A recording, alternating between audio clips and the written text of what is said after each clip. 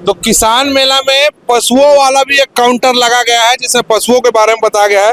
ये आप देख सकते हैं, मुर्गी देख सकते हैं, कितनी बड़ी बड़ी मुर्गी है। और इधर आप देख सकते हैं बटेर, इसको बटेरी कहते हैं ना जी, बताएंगे। अच्छा, जब इसके बारे में थोड़ा आप बताइएगा कि यहाँ लगाए प्रदर्शनी, इसका क्या उद्देश्य है? एक्चुअली में ये हमारे विभाग का है और ये पशुपालन विभाग का है। पशुपालन विभाग में हम लोग ना ये जो एक्चुअली में पशुओं मतलब किसानों को चूजे देते हैं तो लगभग 1 महीने का चूजा देते हैं हम लोग, और उसमें 45 चूजे देते हैं। उसमें जैसे RI है, वन राजा है, और एक अपना वन प्रिया है बोल के 3 प्रकार की जातियां हैं, उनका हम लोग देते हैं।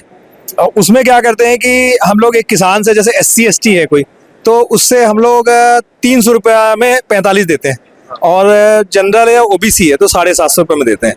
अगर मान लो कि उसको बटेर लेना है तो 80 बटेर का बच्चा 1 महीने का, उसको भी मतलब उसको भी हम देते हैं, और वो लगभग आपको वो भी 300 रुपये SC ST के लिए और 750 रुपये सामान्य और OBC के लिए, और साथ में अच्छा, दाना भी। आज ये जो प्रदर्शनी लगा है उसका क्या उद्देश्य है? किसान क्या समझे इसके बारे में? किसान ये समझे कि कैसे हमको मुर्गी पालन करना है और उससे हमें क्या क्या आय हो सकती है। लगभग इससे अगर वो लगभग 45 अगर वो मुर्गी पालता है तो लगभग वो 4-5 महीने में एक मुर्गी 2.5-3 किलो की हो जाती है, और देसी की रेट से बिकती है। कितना लागत आएगा मुर्गी पालन में? छोटा सा। हाँ, लगभग आपको तो ये तो घर के बाहर पीछे जो चर के भी ये रह जाती है, मतलब ये मुर्गियाँ जो है। अच्छा, हाँ, मुर्गियाँ चर के रह जाती हैं। और बीमारी से कैसे बचाया जाएगा? ये वैक्सीन लगता है इसको समय समय पे, लगभग इसको 10-12 प्रकार की वैक्सीन लगती है। तो किसान अगर मुर्गी पालन करे तो उनको प्रॉफिट होगा? प्रॉफिट होगा। तो ये मुर्गियों के बारे में आपने जाना। नमस्ते सर, मेरा नाम जयपाल है, मैं डीलावल कंपनी से हूँ। और हमारी कंपनी जो है किसानों को दूध निकालने की मशीन उपलब्ध कराती है। उसमें भी भैंस के लिए हमारे पास एक स्पेशल मशीन है जिसको हम डिओवैक मशीन बोलते हैं। कैसे काम करती है? सर, इसको हम मसाज वाली सिस्टम मशीन बोलते हैं। ये क्या करते हैं कि एक शुरुआत में पहले मसाज करती है, और जब दूध आता है उसके बाद प्रेशर बढ़ा देती है, और दूध जब खत्म होता है तो ऑटोमेटिक प्रेशर को डाउन करती है। इस तरह से वो बिना किसी परेशानी के भैंस का दूध आसानी से निकाल सकते हैं। इसके अलावा हमारे पास सर जो बच्चों को दूध पिलाने के लिए भी बकेट है, ये आपको बॉटल मिलेगी। इसके अलावा मास्टाइटिस या थनैला नहीं हो उसकी रोकथाम के लिए हमारे पास ये सॉल्यूशन है, ये उसको डिपका बोलते हैं। ये सॉल्यूशन है हमारा, ये ऑर्गेनिक सॉल्यूशन होता है। इसके अलावा हमारे पास कई सारे प्रोडक्ट है, जैसे कि मिल्किंग पार्लर है, डेयरी फैंस है, पानी पीने के लिए वाटर ट्रप्स है। तो हम किसान की जो रिक्वायरमेंट है उसके हिसाब से आपको सॉल्यूशन बना के देते हैं। किसानों को इसका उपयोग करना चाहिए? बिल्कुल करना चाहिए सर। आज के युग में मैकेनाइजेशन बहुत ज़रूरी हो गया है, क्योंकि एक तो लेबर की शॉर्टेज है, और इससे अगर हमें ऊपर आना है और हमें डेयरी फार्म को आगे बढ़ाना है तो हमें मैकेनाइजेशन के साथ जाना चाहिए। और इसी के लिए हमने यहाँ पे आपके रायपुर में ही हमने हमारे डीलर है CM एनिमल फीड करके, ये डूमरतरा में हमारा ऑफिस है, वहाँ पे हमारे इंजीनियर भी रहते हैं। तो आप जैसे कि आप देख सकते हैं, डेयरी का जो फार्म होता है, जो डेयरी होता है, उसको डेवलप करने के लिए यहाँ मशीनें हैं।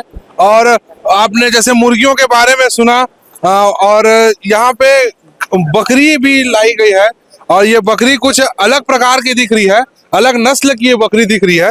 ये बकरी को आप देख सकते हैं। इस बकरी का क्या नाम है, बकरी वाले भैया से जानते हैं। ऐसा बकरी तो मैंने छत्तीसगढ़ में नहीं देखा है। कौन सी नस्ल की बकरी? ये साउथ अफ्रीकन ब्रीड है सर। क्या नाम है? बोयर नस्ल इसका नाम है। अच्छा, हाँ। इसका पालन करने पर किसान को कुछ फायदा होगा? बहुत अच्छा फायदा है सर। इसका फायदा हमें, जैसे कि अगर हम देसी बकरी पालते हैं तो उसमें ज़्यादा वेट गेन नहीं होता 20-25 kg, लेकिन इसमें 70 से 100 kg तक वेट गेन मिलता है। अगर इसी ब्रीड का हम मेल अगर देसी बकरी पे यूज करेंगे तो उसके जो आने वाले बच्चे हैं वो 40 से 50-60 kg तक वेट गेन करेगा सर। कितना खर्चा आता है और कितना फायदा होता है? देखो, हम फार्मिंग चलाते हैं, हमारे पास 80 से 100 जानवर है, तो उसमें हमें तो 5-6 लाख का खर्चा आता है टोटल। और इनका चारा वाला महंगा रहता है क्या? चारा तो हम सर 2 एकड़ में लगाए हुए हैं, वहीं से इनका प्रोडक्शन निकलता है। किसान भाइयों जानते हैं, बहुत ध्यान से सुने। कुछ समझ आया बकरी देख के? ठीक लगा था। ठीक लगा थे? कहाँ लाहस? कुरुद बकरी पालता तो हुआ? नहीं पालन भाई, हम खेती वाला सब्जी। अच्छा, बकरी पालक सोचा था इसका? अब देखा था। तो जैसे कि मैं कैमरामैन भाई को बोलूंगा कि बकरियों को दिखा दे, जो बकरी है आप इन लोगों को दे सकते हैं। कितना साउथ अफ्रीकन इस बकरी का नस्ल है, और छोटी छोटी बकरी है। अगर किसान इस पे इन्वेस्ट करे तो किसान को प्रॉफिट भी होगा और एक बड़ा रोजगार भी उनको मिलेगा बकरी पालन से, क्योंकि बकरी पालन को लेकर सरकार कई सब्सिडियां भी देती है। इधर एक अलग नस्ल की गाय भी दिख रही है, डाका डेयरी फार्म वाले के द्वारा प्रदर्शनी लगाया गया है। आप थोड़ा इसके बारे में बता दीजिए। ये आप ही लोग की गाय है? ये डाका किसी डेयरी फार्म से है। ये कौन सी नस्ल की गाय है? ये तो एचएफ है, ये जर्सी है, जर्सी मिक्स है, ये फुल जर्सी। अच्छा, ये ब्रीड थोड़ा अलग लग रहा है, किसानों को इसको पालना चाहिए। बिल्कुल। क्या है, जैसे अपने यहाँ की देसी कौशली है, उससे अपन मतलब सीमन डाल करके इसमें अच्छे दूध की उत्पादकता के लिए अपन इसको कर रहे हैं, ताकि किसान को दोहरा लाभ मिल सके, खेती भी करे और साथ में खेती में रोज पैसा लगने वाला इनके दूध से उस पैसे को निकाले और उसमें आगे बढ़े। जो देसी गाय होती है उसके दूध में और इनके दूध में कुछ विटामिन का थोड़ा सा अंतर है, थोड़ा सा अंतर रहता है, लेकिन ये जैसे अभी वहाँ का साहिवाल है वो देसी सेम दूध होता है, इनका थोड़ा अंतर रहता है। क्या नाम बताया नस्ल का? ये एचएफ है, एक ये जर्सी है, एक जर्सी क्रॉस है। अच्छा, गाय के बारे में आपने सुन लिया, अब मैं भैंसों के बारे में बताता हूँ। भैंस भी यहाँ बहुत तगड़ी हट्टी कट्टी नस्ल की भैंसें यहाँ पे हैं। किसानों का जो जीवन है आधा ज्यादा जीवन उनका जानवरों के साथ ही बीतता है, और जानवर जो है उनके कृषि कार्यों में बहुत सहायक होते हैं। तो अजी बताएंगे इस जो भैंस जो है किस नस्ल की भैंस है? ये मुर्रा नस्ल की पड़िया है और ये जाफराबादी नस्ल की पड़िया है।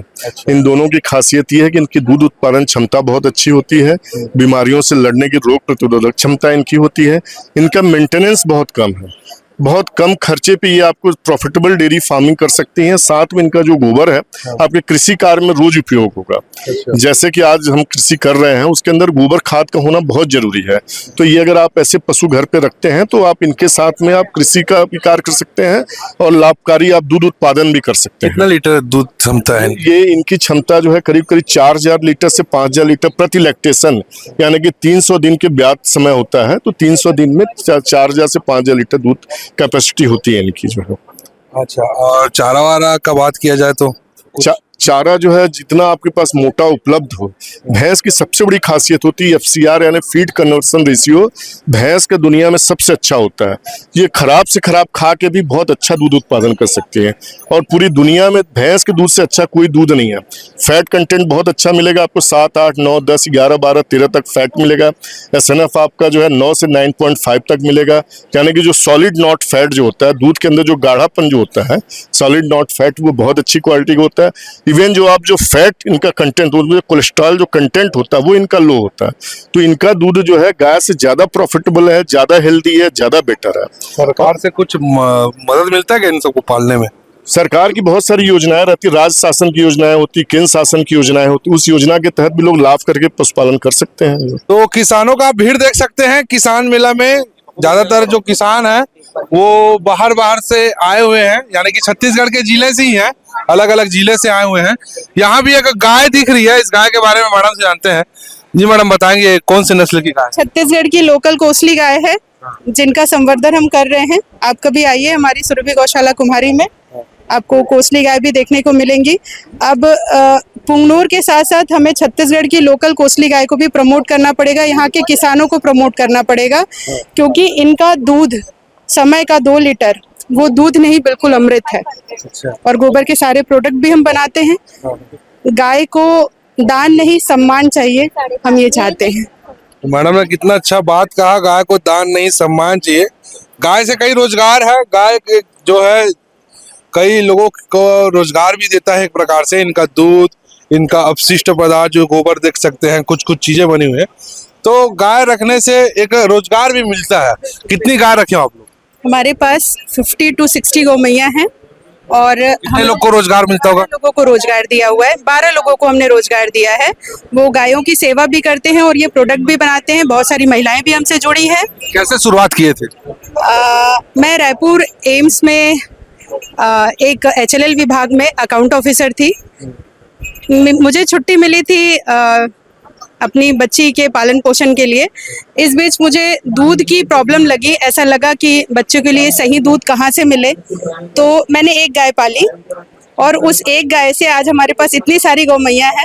और मुझे लगता है मेरे जैसे और भी माताएं हैं जिनको बच्चों के लिए शुद्ध दूध चाहिए, गोबर के प्रोडक्ट चाहिए, तो ऐसे हमने शुरुआत की और धीरे धीरे हमने गौशाला फॉर्म किया। आज हम बहुत सारी महिलाओं को रोजगार दे रहे हैं, उन्हें सिखा रहे हैं कि गौ पालन भी कीजिए, गौ संवर्धन भी कीजिए और साथ ही साथ गोबर का प्रोडक्ट बनाकर आत्मनिर्भर भी बनिए। जी बताएंगे भैया, आप लोग का किस चीज का प्रदर्शनी है?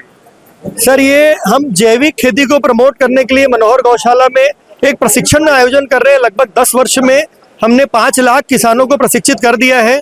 12 राज्य में हम अभी लगातार भारत में घूम रहे हैं, लोगों को प्रेरित कर रहे हैं कि आप देशी गौवंश का संरक्षण करिए और हमारी धरती जो जहरीली हो गई है उसे जहर मुक्त करने के लिए आप अपना प्रयास करिए। देशी गौवंश बचाएंगे तो हमारी धरती बचेगी। और जब धरती बचाने के लिए जो ये गौमूत्र से निर्मित जो हमारा फसल अमृत है, जिसको बनाने का प्रशिक्षण दिया जाता है, 10 लीटर गौमूत्र 1 किलो नीम पत्ता और आधा किलो सीताफल के पत्ते से मिलाकर 30 दिन की धूप में रखकर हम जो फसल अमृत बनाते हैं वो हर किसानों को हम बता रहे हैं ताकि वो किसान बंधु बनाए, अपने खेत में डालें। इसका रिसर्च इंदिरा गांधी कृषि विश्वविद्यालय रायपुर में लगातार 4 वर्षों से जारी है। वहाँ का प्रोजेक्ट रिपोर्ट आ चुका है। इसे डालने से 25% तक यूरिया एवं रासायनिक खाद की बचत होती है। फसल में 10 से लेकर 24% तक बढ़त होती है। मैं सभी किसानों से निवेदन करूंगा और भारत के सभी बागवानी प्रेमियों से निवेदन करूंगा कि वो यह बनाएं, धरती बचाएं, स्वास्थ्य बचाएं और अपने इस भारत को बचाएं। सादर प्रणाम। जय जिनेंद्र, जय गौ माता, जय छत्तीसगढ़। छोटी छोटी खबरें हो या बड़ी खबर, हम आप तक पहुंचाते हैं भरोसा के साथ। आपने देखा कि किसान मेला में कैसे किसानों को बकरी पालन, मुर्गी पालन, गौ पालन, भैंस पालन और उर्वरक खेती के बारे में बताया गया है। सब प्रदर्शनी लगा हुआ है। अलग अलग जिले से जो किसान आए यहाँ आके समझ रहे हैं और अपने खेती को और कैसे डेवलप करें इस पर वो विचार कर रहे हैं। भरोसा न्यूज के साथ मैं हूँ गौरव तिवारी।